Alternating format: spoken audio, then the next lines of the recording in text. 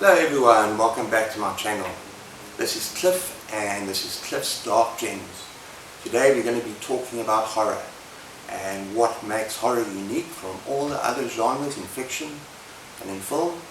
And we're also going to be counting down my top 10 favorite subgenres of horror.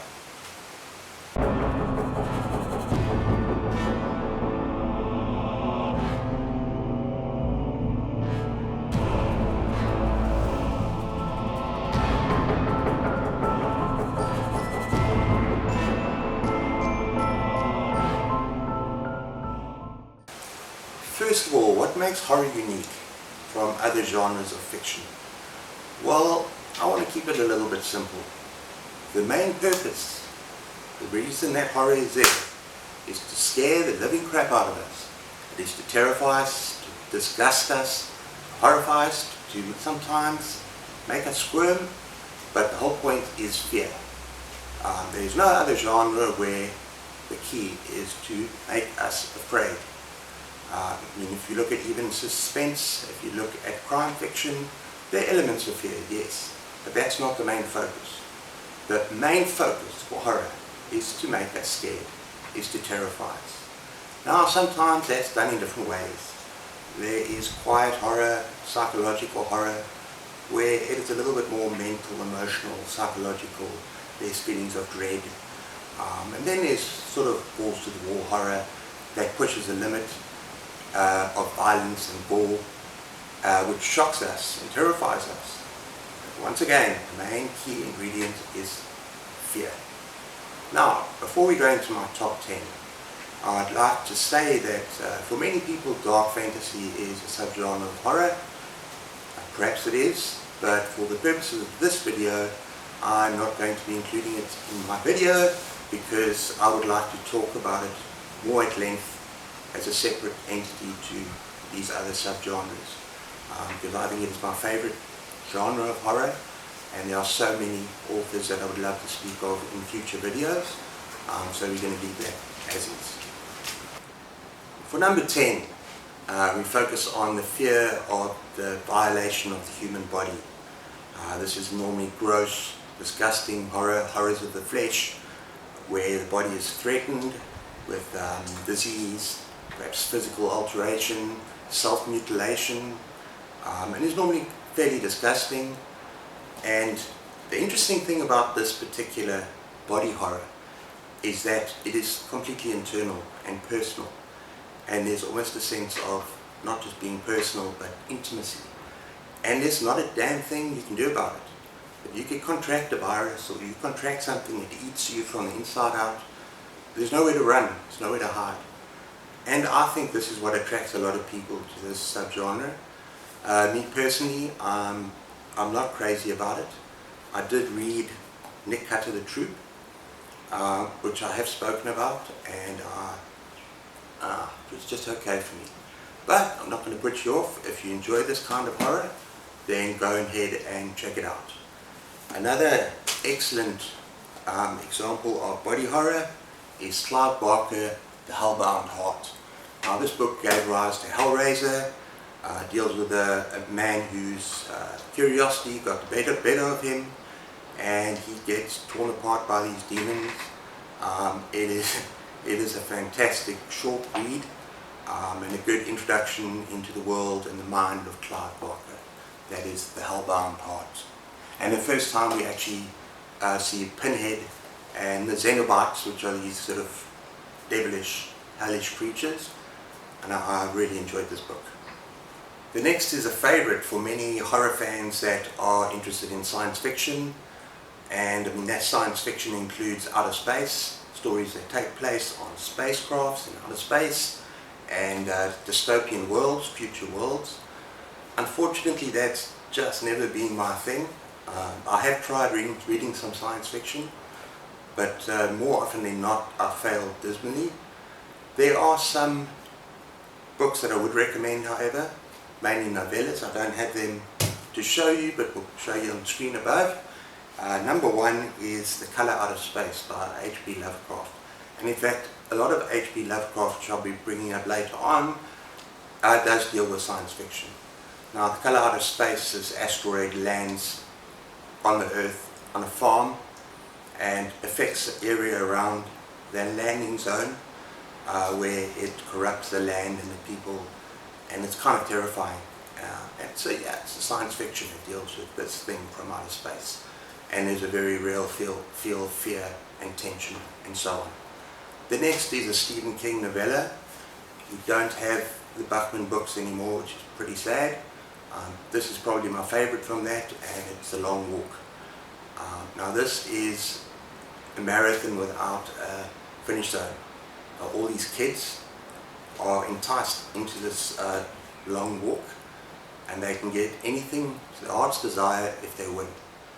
Unfortunately, that would mean that they're the last man standing.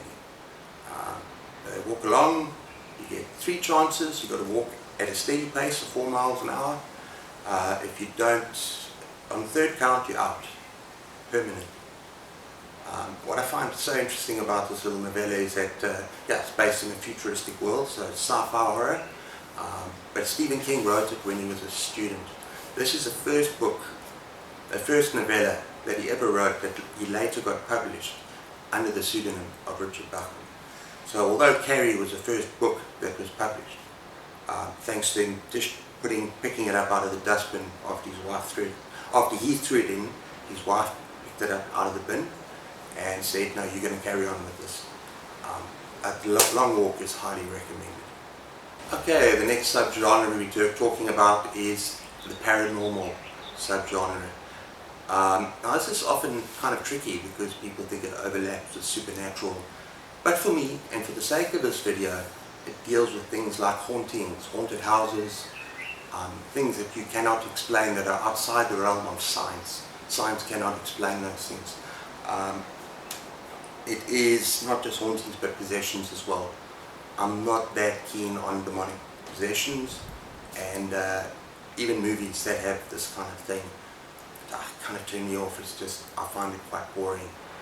There are 2 examples of novels, however, that fly in the face of that rule. First of all, The Exorcist, which is an excellent case of possession, because it goes so far beyond that. I mean, this is such a classic. It's also about, you know, the haunting of the mind. There's so much suspense, there's so much build-up, suspense. So this is a fantastic novel, if you would like to get into that kind of genre. Second of all, and my favorite, is another Stephen King, The Shining. Now it's not so much about just the shining of a haunted house, but it's also a haunting of a human being. This father is haunted by this house, by the environment that he's in, and it's slow, goes mad. And I think this is so well done in the novel. It is so terrifying. And if you have not got your hand, or if you've not tried this, I mean, I hear a lot of people ask Stephen King out. Don't be. If you haven't read a lot of his work, give it a try. He is a masterful writer. And this is one of his best earlier novels as well. So give it a try. Okay, next we have one of my favorite, well, obviously not, it's only number 7, but it's creature features. And these were a staple of the 70s, a lot of fun, sometimes a little bit goofy, with monsters threatening you like giant bats, great white sharks, and so on. But they also deal with, okay, well, let me give you a couple of examples of that. First, this is Jaws. Of course, it was made into a famous film, but the book is a lot of fun as well if you want to give it a read first. And then we have James Herbert the Rats, where these rats run riot in London, killing people. So these books are not often taken too seriously, but they're a hell of a lot of fun. Another one that I'd like to get my hand on, I'd like to read, is James Herbert the Slugs, or is it Sean Hudson the Slug? I think it's Sean Hudson the Slugs. That's another kind of campy 70s horror novel. But the creatures in these novels don't have to be just realistic creatures. Creatures, monsters, covers all sorts of creatures, including supernatural creatures. For instance, the creature that haunts the men in the movie, in the book The Terror, which I've just read recently. It was a 5-star read for me. I suppose that creature could also be included in this. And that's why it's interesting, so many of these novels is overlapping. So The Shining, you could have it in terms of supernatural and paranormal and whatever. So a lot of these novels overlap. You're not going to find just one subgenre in a novel, but obviously one will stand out maybe more than others. Okay, next we have cosmic and Lovecraftian horror. Now we're getting to my top 6, so we're getting to the things that I really enjoy. I love Lovecraft, and this horror really makes us feel how small we are in the universe, how insignificant we are, and the fear that if we stare in the face of the horrors on the edge of the universe, we're going to go mad, could actually kill ourselves. And this is part of the fear that Lovecraft creates. Now, I don't know as much about Lovecraft as many other booktubers out there, but I would highly recommend this one. First of all, The Call of Cthulhu. I don't even think I pronounced that correctly. And other tales. I'm trying to get hold of At the Mountain of Madness, but this was a wonderful read.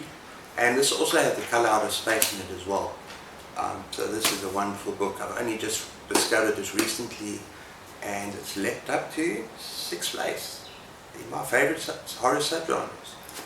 Now, another author that actually pays tribute to Lovecraft, and he, in his own right, is a fantastic writer, is Thomas Ligotti, Grimscribe, and his works.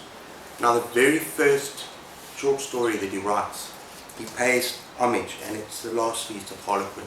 Now, Harlequin is a little town, I think, or deals with a festival of clowns. But these clowns are not like any clowns you've ever seen before. They, no, really, the whole story is warped. It's almost weird fiction, and it goes to kind of dark, cosmic places.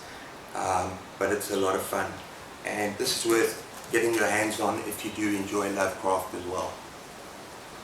Now, this was a subgenre that I actually struggled with a little bit in terms of describing it or thinking about how to describe it, and that is Gothic fiction. Now, I know that it is dark, it is disturbing, it's unsettling, and it is kind of a slow burn. You're not going to just get your fears and your kicks jumping out at you. It kind of affects the mind more than, it's a lot more mental as opposed to a real creature that's haunting you. And often I think the haunting takes place inside the mind, takes place inside of the person that is stressed, that is emotionally stressed. That's a sense that I get. I think the location is also very, very important. And often you'll find the traditional Gothic tales in old mansions and castles. And there's a sense of decay and the past.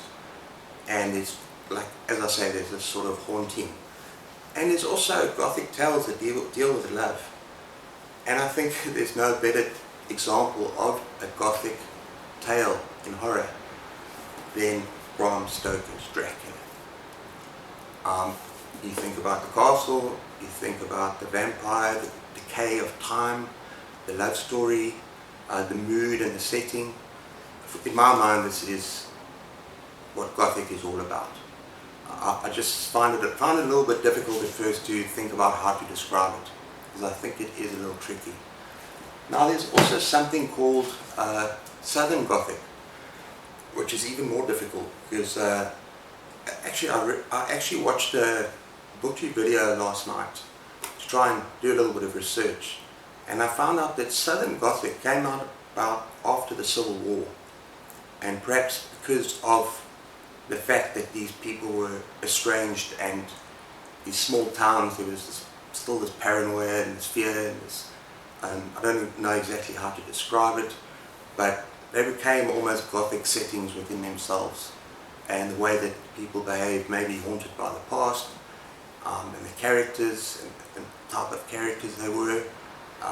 But an excellent example of what I've heard is a Southern Gothic, and obviously it takes place in the South, is Michael McDowell and that is The Elementals. Now, I've also read The Amulet, which is also awesome, and I'm soon going to be reading Cold Moon Over Babylon. So this is a highly underrated author as well. Okay, next we have Horror with No Limits, where anything goes.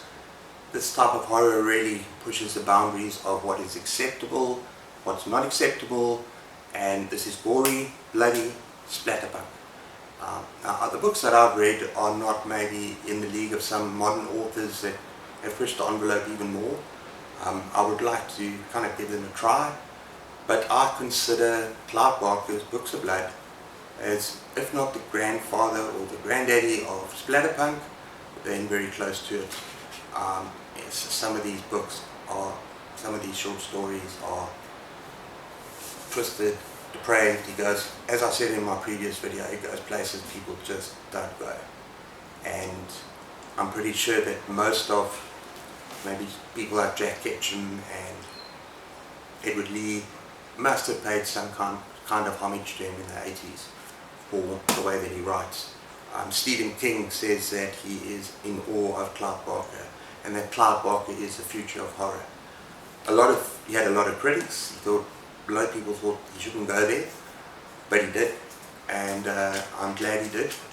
He's got a lot of fans for that reason. Next up, we have Wet Work, which I've already described in another video. This is a zombie apocalypse. It is violent, it's brutal, it's fun, and I would also consider this splatterpunk. As I said, I don't know, I haven't read enough to see how far people go. Maybe I don't really want to, but what I have read, you know, the whole zombie apocalypse, people biting people's heads off and all that, I kind of find fun more than scary, but it's terrifying, but it's just fun. And maybe I get that from movies as well. There's a lot of movies that I like that are over the top and gory and kind of sick as well. Actually, wouldn't mind mentioning one of them. A movie from Quentin Tarantino. The B-grade movie, that double feature where he talks about the zombie takeover as well, and he stars in the movie himself. I can't remember the name of the movie, but never mind, that's not relevant here, but I still think you should check that out. In the future I'm going to be talking about movies on this channel. I just haven't got there yet, but I've watched a hell of a lot of excellent horror movies through the 70s, 80s and onwards. So I'd love to share that knowledge with you as well. Oh, my wife just reminded me the name of the movie is Planet Terror by Quentin Tarantino. And that has to be one of the goriest, sickest movies out there. But it's just so fun, and it doesn't take itself seriously. I mean, there's one scene, my word, where the helicopter's escaping this group of zombies. And so the pilot, laughing, flipped the helicopter over so it just cuts all these zombies to pieces. It's splatterpunk. I have read Poppy Z. Bright, Are You Loathsome Tonight? But I have heard that he has got some excellent other novels, especially Exquisite Corpse, that I heard is very brutal, that I'd like to get my hands on. I have also read a little bit by Joel Lansdale, who's known to dabble in splatterpunk from now and then, and also Richard Land, who I'd like to get a hold of some of these books as well. Perhaps the most extreme book that I'm dying to get a hold of is not The Girl Next Door, Jack Ketchum, but Savage Season, I think it's called, with cannibals. That sounds like a lot of fun, for someone like me anyway. Okay, next up, these books get into your head, and these books are books that try to cause you mental, emotional, psychological distress. These are, of course, psychological horrors, and it's not just any old serial killers, but I think that is part of it. But these books are perhaps more subtle, but there is so much more a sense of dread, fear, paranoia, madness, and I love reading. You really get stuck into these. I think it's very difficult to talk about psychological horrors versus psychological thrillers. Psychological thrillers are a little bit more downbeat. I think it's more about the thrills and chills, whereas psychological horrors, they really try to draw you in and terrify you, put you in the mind of a madman, put you in the mind of a crazy killer, and there's no better example of that than Thomas Harris' Silence of the Lambs. This is not a thriller, this is a horror. And if you've seen the movie, it is also absolutely terrifying. There's also Hannibal. So my dog is making very strange noises. No mind. Hey, my girl. Carry on. There's also Hannibal. There's a whole series of this, but this is awesome. And another one I've mentioned on this channel already as well is Ghoul. Part of the XXX series. I've mentioned this before, and this is a crime thriller, but it's also a psychological horror, and the actual killers that these people are hunting for are so depraved. The things they do to people in the sewers, or this, you cannot call it a thriller, right?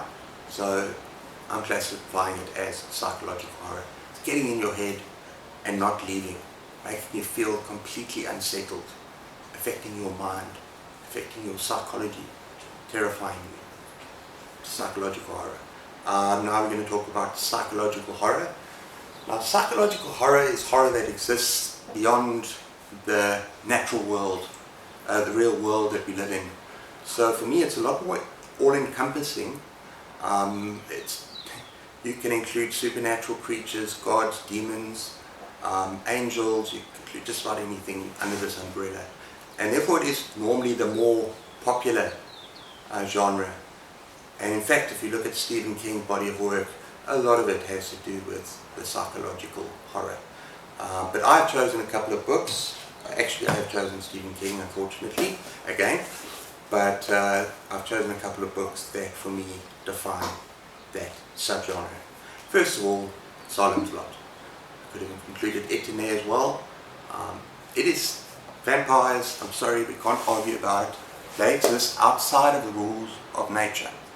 They are not outside of the rules of science, as some people may argue. But this is a fantastic novel, terrifying, maybe my third favorite vampire novel of all time, but it is a wonderful novel. Okay.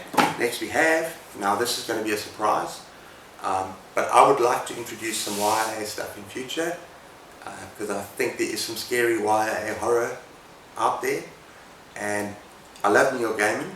So I want to give a special shout out to Coraline. If you have not read the book or seen the movie because you think it is children's literature or too young for you, you are doing yourself a major disservice. This is a wonderful story, and it is very creepy and kind of terrifying at the end.